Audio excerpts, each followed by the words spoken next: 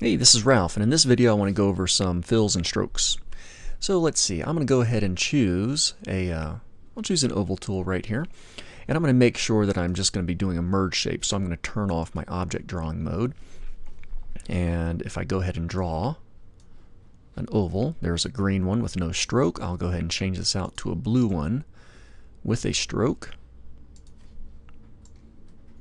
And those are a couple of merge shapes. And a couple ways I know they're merge shapes. I can use my selection tool and I could select them in entirety, and I see all those little dots. I could select a portion of them, only select a portion there, or I could click on them. But that's one way to tell that they are a merge shape. So changing a fill is pretty easy. All I need to do is click on that particular merge shape, choose the fill color that I want, and the fill color is changed. Not so bad. Now in this merge shape, I'd also like to add a stroke to it, or a border. It doesn't already have one. So for that, I'm going to use the ink bottle tool, which is hidden underneath the fill bucket. So I press and hold my little fill bucket or paint bucket, go down to my ink bottle tool, and let's see, I've got a purple stroke. I'll go ahead and change this over to green. I'll set the thickness really thick so it stands out to us over my properties panel. Now with that little ink bottle tool, all I got to do is click on this shape and it now has that stroke applied. If I click on something that already has a stroke, it replaces it to that. So that's pretty easy. If I want to change an existing stroke, no worries. I could repeat this ink bottle technique, or I could use my selection tool, click or double click on the border as necessary, depending on if it's a square or an oval, and once that's selected, I could of course change the stroke color on my properties panel over here, or I could change the stroke color over here on my toolbar. Either way works, so it's pretty easy to work with those borders. Go ahead and delete this for a moment.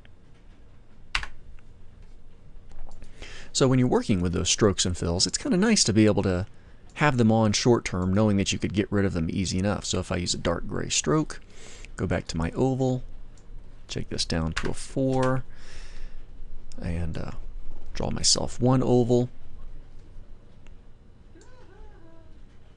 Draw another one, use my selection tool to overlap one. There we go.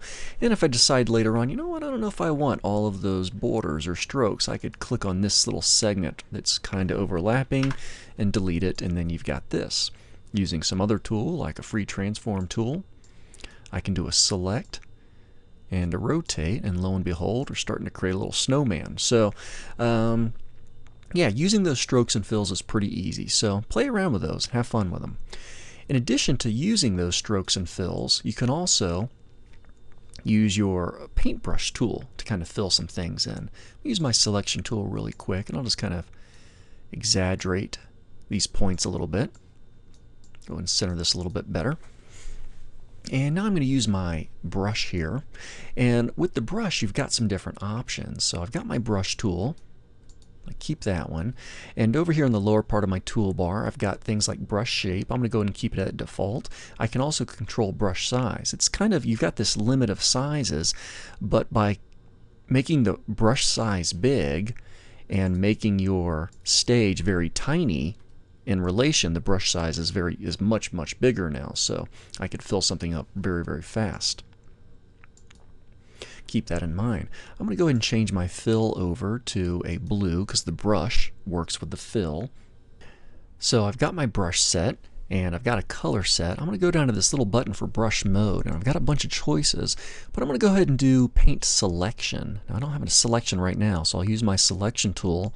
I'll select just the interior part of my shape, jump back over to my brush tool, and since I'm using paint selection, I can be pretty careless here as I just run my brush over, and as soon as I let go of the mouse, only the selected part has the coloring in there. So that makes it a little bit easier to kind of fill in or brush in segments of a multi-part shape. Okay, so play around with that one a little bit too.